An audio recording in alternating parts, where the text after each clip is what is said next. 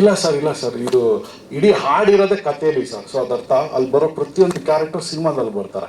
So basically ಹೇಗೆ ಅಂದರೆ ಈ ಸಿನಿಮಾದಲ್ಲಿ ಒಬ್ಬ ಕೋಚ್ ರಂಗಾಯಣ ಸರ್, ಫುಟ್ಬಾಲ್ ಆಡೋಕ್ಕೆ ಗೊತ್ತಿಲ್ಲದಿರೋ ಅಂತ 11 ಜನ ಹುಡುಗಿರು, ಫುಟ್ಬಾಲೇ ಗೊತ್ತಿಲ್ಲದಿರೋ ಒಬ್ಬ ಕೋಚ್, ಇವರೆಲ್ಲ ಸೇರಿ ಹೇಗೆ ಒಂದು ಮ್ಯಾಚ್ನ ಗೆಲ್ತಾರೆ ಅಂದರೆ basically it's emotion versus football. ಅಂದರೆ ನಾವು ಲೈಫಲ್ಲಿ ಗೆಲ್ಲಬೇಕು ಅಂದರೆ ನಮ್ಮ ಟ್ಯಾಲೆಂಟ್ ಇಲ್ದಿರೋದ್ರೂ ಪರವಾಗಿಲ್ಲ, ಲಕ್ ಇಲ್ದಿರೋದ್ರೂ ಪರವಾಗಿಲ್ಲ, ಒಂದು ಸತತ ಪ್ರಯತ್ನ ಇರುತ್ತಲ್ಲ, ಇಮೋಷನ್ ಅಂದರೆ ಫೈರ್ ಒಳಗಡೆ ನಮ್ಮಲ್ಲೊಂದು ಕನ್ಸಿಸ್ಟೆಂಟಾಗಿ ಒಂದು ಟ್ರೈ ಮಾಡ್ತೀವಲ್ಲ, ಅದರಿಂದ ಗೆಲ್ಬೋದು ಅನ್ನೋದು ಈ ಸಿನಿಮಾ ಮೆಸೇಜ್.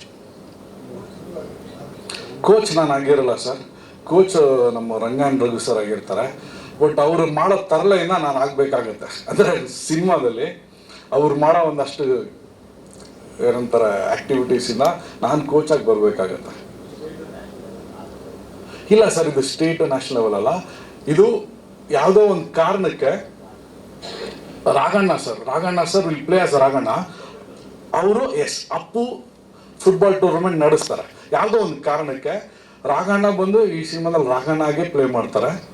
ಅವ್ರು ನಡೆಸೋ ಒಂದು ಟೂರ್ನಮೆಂಟಲ್ಲಿ ಕರ್ನಾಟಕದಲ್ಲಿರೋ ಪ್ರತಿಯೊಂದು ಹೆಣ್ಮಕ್ಳು ಒಬ್ಬೊಬ್ಬರು ಒಂದೊಂದು ಕಾರಣಕ್ಕೆ ಯಾರಿಗೂ ಫುಟ್ಬಾಲ್ ಗೊತ್ತಿರಲ್ಲ.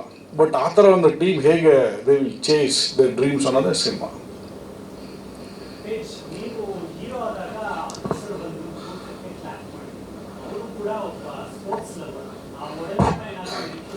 ಇಲ್ಲ ಆ್ಯಕ್ಚುಲಿ ನಾನು ಯಾವತ್ತೂ ಜಾಸ್ತಿ ಹೇಳಿರಲಿಲ್ಲ.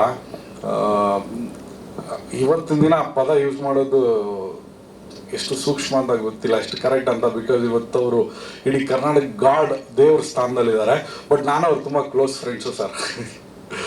ಆ ಥ್ಯಾಂಕ್ಸ್ ಪ್ರವೀಣ್ ನಾಯ್ಕ್ ಸರ್ಗೆ ಹೇಳಬೇಕು. ಅಂದರೆ ಅವ್ರು ಗಳಿಸಿದಂಥ ಒಂದು ಡಾಕ್ಟರ್ ರಾಜ್ಕುಮಾರ್ ಫ್ಯಾಮಿಲಿಯಲ್ಲಿ ಅವ್ರು ಗಳಿಸಿದಂಥ ಒಂದು ಪ್ರೀತಿ ವಿಶ್ವಾಸ, ಅವರ ಒಂದು ಕ್ರೆಡಿಬಿಲಿಟಿ ನನಗೆ ಸಿಕ್ತು. ಸೊ ಅವರು ಮೂರ್ತಮ್ಗೆ ಅಪ್ಪು ಸರ್ ಮತ್ತು ಪಾರ್ವತಮ್ಮ ಬಂದಾಗ ಅಲ್ಲಿಂದ ನಾನು ಅವ್ರಿಗೆ ಪರಿಚಯ ಆಗಿ ವಿವರ್ ಆ್ಯಕ್ಚುಲಿ ಯಾವ ಲೆವೆಲ್ ಕ್ಲೋಸ್ ಅಂದರೆ ನಾವು ಶಾಪಿಂಗ್ ಎಲ್ಲ ಮಾಡಿದ್ದೀವಿ ಒಟ್ಟಿಗೆ. ಬೇಕಾದ್ರೆ ನಾನು ಒಂದು ಚಿಕ್ಕ ಇನ್ಸಿಡೆಂಟ್ ಹೇಳ್ತೀನಿ, ಇಲ್ಲೆಲ್ಲೂ ಶೇರ್ ಮಾಡಿರಲಿಲ್ಲ. ಗರುಡ ಮಾಲಲ್ಲಿ ಈ ಥರ ಅವ್ರು ಬಂದಿದ್ರು. ನಾನು ಫೋನ್ ಮಾಡಿದೆ, ನಾನು ಸಿಂಫನಿ ಸರ್ವಿಸಲ್ಲಿ ವರ್ಕ್ ಮಾಡ್ತಾಯಿದ್ದೆ. ನಾನು ಹೋದೆ, ಶಾಪಿಂಗಿಗೆ ಬಂದಿದ್ದೀನಿ, ಫ್ರೀ ಇದೆಯಾ ಅಂದರು. ನಾನು ಒಳಗಡೆ ಹೋದೆ, ಸುಮಾರು ಮಗ ಏನು ಶಾಪಿಂಗ್ ಮಾಡ್ಬೋದು ಅಂತ. ಸೊ ಒಳಗಡೆ ಹೋದ್ಮೇಲೆ ಅವ್ರ ಆ್ಯಕ್ಟಿವಿಟೀಸ್ ಅಬ್ಸರ್ವ್ ಮಾಡ್ತಾಯಿದ್ದೆ. ಅವರು ಒಂದು ಶರ್ಟ್ ನೋಡ್ತಾರೆ, ನಾನು ಅಂದ್ಕೊಂಡೆ ಅವ್ರು ರೇಟ್ ಗೀಟ್ ನೋಡಲ್ಲ ಅಂತ, ಯಾಕಂದರೆ ರಾಜ್ಕುಮಾರ್ ಮಗ ಅಲ್ವಾ, ರೇಟ್ ನೋಡ್ತಾರೆ. ಓಹ್ ನೋಡ್ತಾರಲ್ಲ ನಮ್ಮ ಥರ ಅಂತ. ಸರಿ, ಆಮೇಲೆ ಇನ್ನೊಂದು ಟ್ರೌಸರ್ ಇರುತ್ತೆ, ಪ್ಯಾಂಟ್ ನೋಡ್ತಾರೆ, 3999 ಇರುತ್ತೆ. ಅದನ್ನು ನಾನು ನೋಟ್ ಮಾಡ್ಕೊಂಡೆ, ಅಂದರೆ ಅವ್ರಿಗೆ ಯಾವುದು ಜಾಸ್ತಿ ದುಡ್ಡು ಅಂತ. ಅಂದ್ಬಿಟ್ಟು ಅವ್ರು ಅದನ್ನ ತಗೊಳ್ಳಲ್ಲ, ಬೇರೆದಕ್ಕೆ ಮೂವ್ ಆನ್ ಆಗ್ತಾರೆ. ನಾನು ಆವಾಗ ಕ್ಯೂರಿಯಾಸಿಟಿಯಿಂದ ಅವ್ರನ್ನ ಕೇಳ್ತೀನಿ, ಅಲ್ಲ ಸರ್ ನೀವು 3999 ನಿಮ್ಗೆ ಜಾಸ್ತಿ ದುಡ್ಡಾ, ಅದೇನು ಏನನ್ಸುತ್ತೆ ನಿಮಗೆ ಅಂತ. ಆಗ ಅವ್ರು ಹೇಳ್ತಾರೆ, ನೋಡು ನನಗೆ ಬೇಕು ಅಂತ ಅನಿಸಿದ್ರೆ ನಾನು ₹1,00,000 ತಗೊಳ್ಳೋ ಅಂಥ ಕೆಪಾಸಿಟಿ ದೇವ್ರು ಕೊಟ್ಟಿದ್ದಾರೆ. ಬಟ್ ಅನಾವಶ್ಯಕವಾಗಿ ನಾನು ತಗೊಳ್ಳಲ್ಲ, ನನಗೆ ಅವಶ್ಯಕತೆ ಇಲ್ಲ, ನನಗೆ ಸಾಕು ಚಿಕ್ಕಿದ್ದು ಅಂತ. ಸೊ ಅಲ್ಲಿ ನನಗೆ ಏನು ಅರ್ಥ ಆಯಿತು ಅಂದರೆ ದ ಫೈನಾನ್ಷಿಯಲ್ ಮ್ಯಾನೇಜ್ಮೆಂಟ್. ಸೊ ಅವರು ಈ ಒಂದು ದಿ ಹ್ಯಾಡ್ ಅ ಕೆಪಾಸಿಟಿ, ಅವರು ದುಡ್ಡು ಕೊಡೋ ಅಂಥ ರೆಸ್ಪೆಕ್ಟ್. ಅಂದರೆ he was so common like us. ನಾವೇನೋ ಅಂದ್ಕೊಂಡಿರ್ತೀವಿ ರಾಜ್ಕುಮಾರ್ ಮಗ ರೇಟ್ ನೋಡ್ದಿರೋ ತಗೊಂತಾರೆ ಅಂತ. But that change me. So ಇವತ್ತು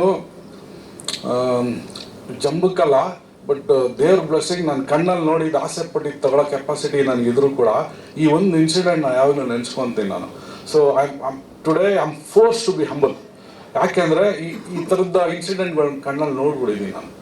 ಸೊ ಅಪ್ಪು ಸರ್ ಹೇಳ್ದಂಗೆ ಅವ್ರ ಜೊತೆ ಇದ್ದಿದ್ದೊಂದು ಫ್ರೆಂಡ್ಶಿಪ್ ಮತ್ತು ನನಗಿರೋ ಅಂಥ ಫ್ರೆಂಡ್ಶಿಪ್ ವಿತ್ ರಾಘಣ್ಣ ಫ್ಯಾಮಿಲಿ, ಅದೆಲ್ಲ ಈ ಸಿನಿಮಾದಲ್ಲಿ ಕಾಣಿಸುತ್ತೆ ಬ್ರದರ್.